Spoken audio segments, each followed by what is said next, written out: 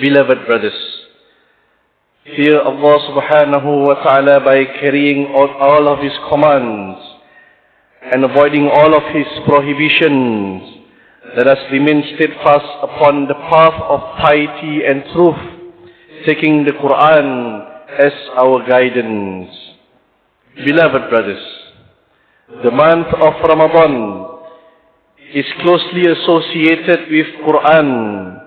Allah subhanahu wa ta'ala mentioned in the Holy Quran, verse number 185, that the Quran was revealed in the month of Ramadan. Many among us take this opportunity to increase our recitation and reflect upon its sacred verses. However, our relationship with Quran should not be confined to recitation alone. Especially today, when we continue to be surrounded by fitnah, trials and confusion, the world continues to be in turmoil, causing us fear and anxiety. Yet, we may still ask and seek to understand what is the divine wisdom behind the unrest and uncertainty that we see today. In such uncertain times, Quran remains by our side in providing guidance and direction.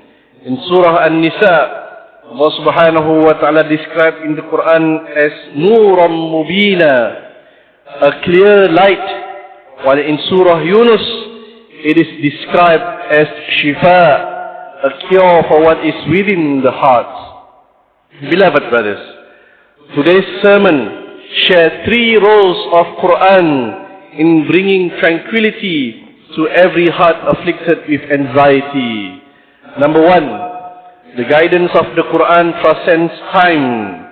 In any situation that we face, we can certainly find guidance from the Holy Quran.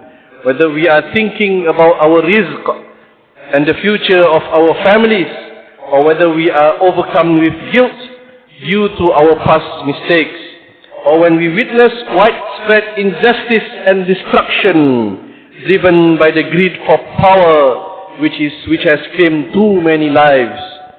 We read from the Quran the stories of Fir'aun, the people of Ad and Thamud.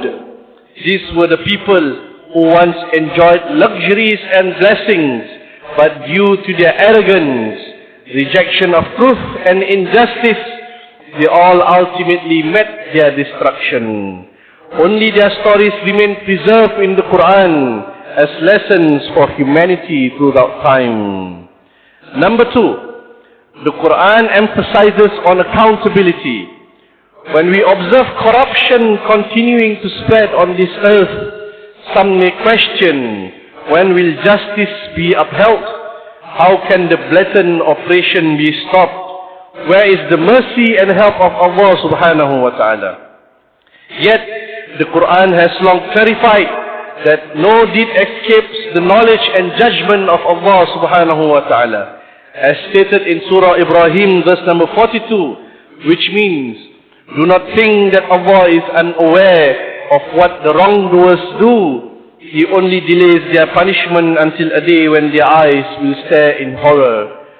Number 3, the Quran explains what we must do. Whatever situation that we face amid uncertainty, fear and anxiety, Allah subhanahu wa ta'ala promises that the outcome will ultimately favor those who uphold righteousness and piety. As stated in Surah Al-Qasas, verse number 83, بعد أعوذ بالله من الشيطان الرجيم تلك الدار الآخرة نجعلها للذين لا يريدون علوا في الأرض ولا فسادا والعاقبة للمتقين. Which means, as for the abode of the hereafter, we assign it to those who do not seek arrogance or corruption upon the earth, and the best outcome belongs to the righteous.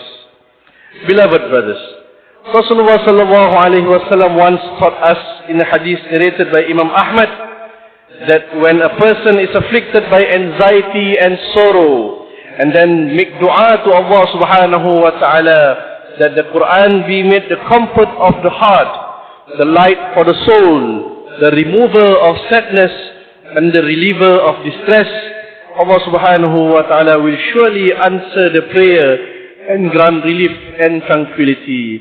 Therefore, as we strengthen our relationship with the Quran during this month of Ramadan, let us continue to hold firmly to its teaching and guidance, so that it may nurture the piety that is intended from our fasting. May we be amongst those whose hearts remain calm amidst worldly anxiety and whose conscience is always illuminated by the Holy Quran.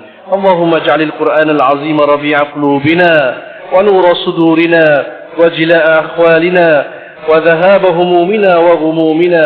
Barakallahu li wa lakum fil Quran al-azim wa nafa'ani wa iyyakum bima fihi min al-ayati wa dhikri al-hakim wa taqabbala minni wa minkum tilawatahu innahu huwa as-sami'ul alim. أقول قولي هذا وأستغفر الله العظيم لي ولكم ولسائر المسلمين والمسلمات والمؤمنين والمؤمنات فاستغفروه فيا فوز المستغفرين ويا نجاة التائبين.